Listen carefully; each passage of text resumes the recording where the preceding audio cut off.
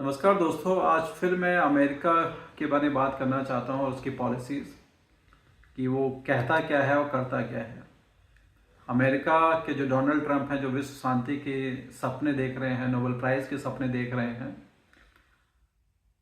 ये वही अमेरिका है जिसके हाथ खून से रंगे हुए हैं। कुछ कंट्रीज़ के रेफरेंसेस मैं अभी आपको दूंगा तो इससे आपको पता पड़ेगा कि अमेरिका कहता क्या है और करता क्या है। वियतनाम वॉर जो था वो पूरी दुनिया को पता है। अमेरिका ने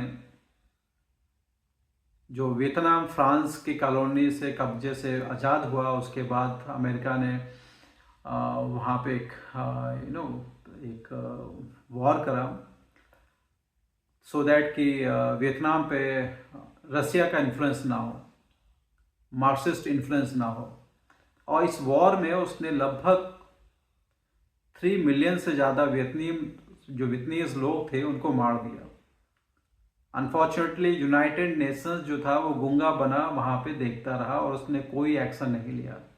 आप समझ सकते हैं 3 मिलियन लोगों को उसने जो इस वॉर में मारा, इतने वर्ल्ड वॉर में नहीं मरे थे, मगर दुनिया को कोई फर्क नहीं पड़ता।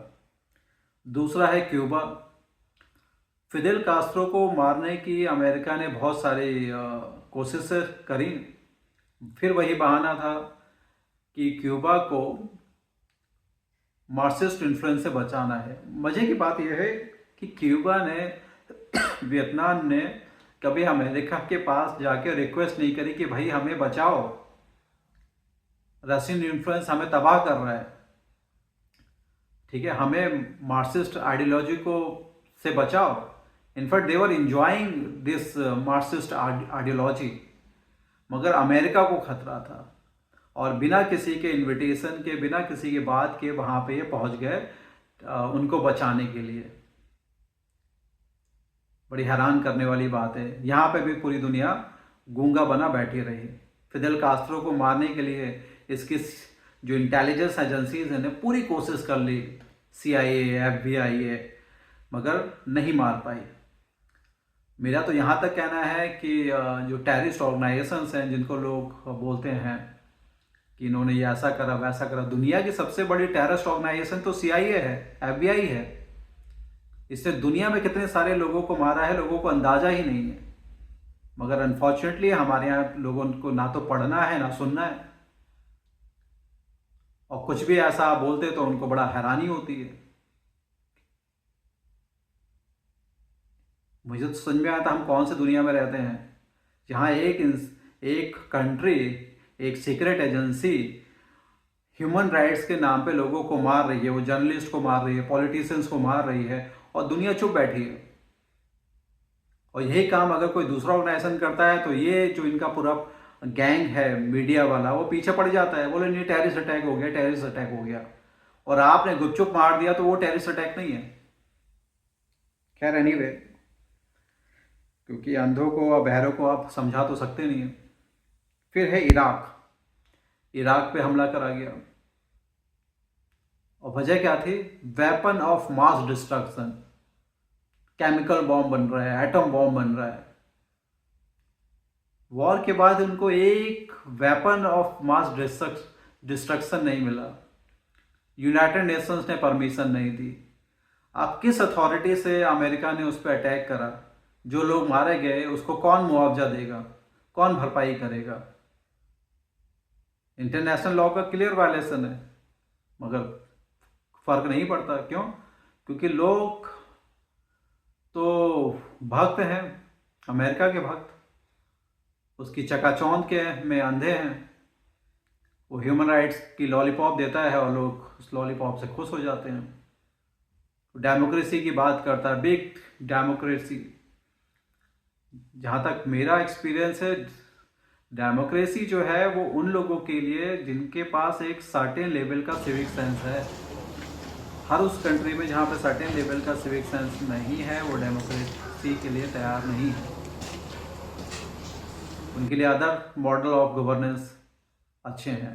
कम्युनिस्ट भी अच्छा है, नो डाउट अच्छा है, क्योंकि हमने डेमोक्रेसी को देख लिया है, इट्स अ रोग सिस्टम।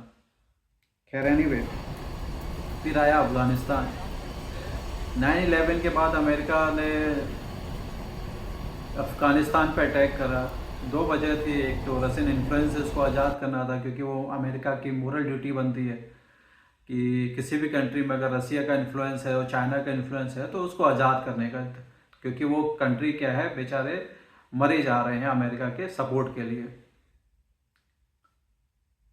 उस कंट्री को इन्हें बर्बाद कर दिया। आज वहाँ पे बच्चों को खाना नसीब नहीं है, वहाँ पे ट्रेड बर्बाद कर दिया, एग्रीकल्चर बर्बाद कर दिया, पर ग्लोबली उस पर कोई बात तो होनी नहीं है। आज अगर अफ़गानिस्तान में पेट्रोल के कुएं होते तो अमेरिका नहीं जाता, क्योंकि अब अफ़गानिस्तान में कुछ था ही नहीं जिसको की वजह से वो रुकते। वहाँ तो खर्चा हो रहा था, जहाँ पे अमेरिका का खर्चा होता है वहाँ से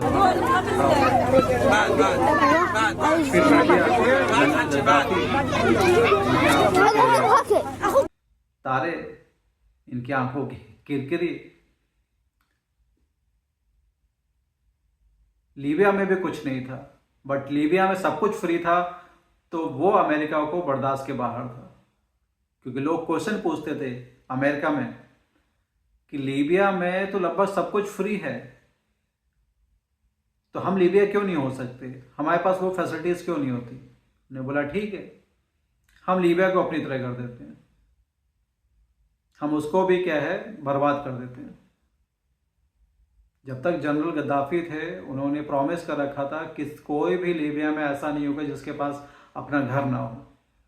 हर लीबियंस को हेल्थ केयर फ्री था, चाहे तो आप उस देश में इलाज कर लें या दूसरे देश में जाके इलाज कर लें। एजुकेशन फ्री थी, चाहे लीबिया में पढ़ें या लीबिया के बाहर पढ़ें। लोगों को वो गोल्ड देता था, कोई अनएम्प्लॉयड है तो उसको पैसे देता था। लगभग वो सारी चीज़ें जो इंसान एक वेलफेयर स्टेट में चाहता था वो सब कुछ मिलता था। बस उसका एक ही कहना था कि पेट्रोल और बाकी चीज़ों पे तुम ध्यान मत दो। और क्या चाहिए इंसान को जब आपको एक कंफर्टेबल लाइफ मिल रही है। आज लीबिया से पूछो, लीबिया के लोगों को कि भाई बताओ कैसे हो, अमेरिका ने तो तुम्हें आज़ाद कर दिया, तुम्हें डेमोक्रेसी दे दिया, मुबारक हो। आज लीबिया के बुरे हाल हैं, ऐसे इजिप्ट के आज बुरे हाल हैं। फिर एक ग्रेनेडा को इन्होंने आज़ाद करा, एक आइसलैंड है सुंदर, मगर वहाँ पे भी अमेरिका ने कम्युनिस्ट को से इसको बचाने के लिए बड़ी कोशिश करी। तो ये कुछ एग्जाम्पल्स थे जो मैं आपको इसलिए बताया कि आपको पता पड़ सके कि अमेरिका ने जिस भी कंट्री में अटैक करा उसका बहाना ह्यूमन राइट्स था, उसका बहाना डेमोक्रेसी था, उसका बहाना कम्युनिज्म था। किसी कंट्री ने अमेरिका को अप्रोच नहीं करा कि हम मर रहे हैं, हमारे ह्यूमन राइट्स का वायलेशन है। एक म्यांमार का एग्जांपल देता हूँ, वहाँ पे ह्यूमन राइट्स के अमेरिका को नज़र नहीं आया। वो आंग सांग सूकी जो ह्यूमन राइट्स को उन्होंने इतना प्रमोट करा, डेमोक्रेसी के लिए इतना फाइट करा, उन्होंने अपनी पूरी लाइफ जेल में बिता दी, मर गई, मगर अमेरिका को उसकी चिंता नहीं हुई। अगर म्यांमार में पेट्रोल होता तो उनको बचाने के लिए पूरी जान लगा देता। ये प्योर कैपिटलिस्ट स्टेट है, आप मेरी बात को समझिए। अमेरिका 1 रुपए भी खर्च अगर करता है तो उसके 1000 रुपए आपसे वसूलेगा। इस तरह की जो रिलीफ है, इस तरह की मदद से मदद ना होना 1000 गुना बेहतर है। ऐसी बहुत सारी चीज़ें हैं जिस पे मैं बात करूंगा तो थोड़ा सा कंट्रोवर्सी आपको लगेगी। ये इत्तेफाक नहीं है जो 9/11 का जज था वही जो जज है वो वेनेजुला के प्रेसिडेंट का केस देख रहा है। वो एक ऑर्थोडॉक्स ज्यूस जज को वहां पे क्यों बैठा रहे हैं, और 92 साल के जज को ही आपको वहां बैठाना है। रिटायरमेंट की एक एज होती है, अमेरिका में कोई रिटायरमेंट की एज ही नहीं है। मेंटल इंसॉल्वेंसी नाम की कोई चीज़ नहीं है, मगर दूसरे देश में अगर हो तो वो आपको मेंटली रिटायर्ड लगेगा, मगर अमेरिका में है तो वो फाइन है। क्यों? क्योंकि आप उस पर्टिकुलर जज को अपॉइंट करके एक फेवरेबल डिसीजन चाहते हो, दैट्स इट।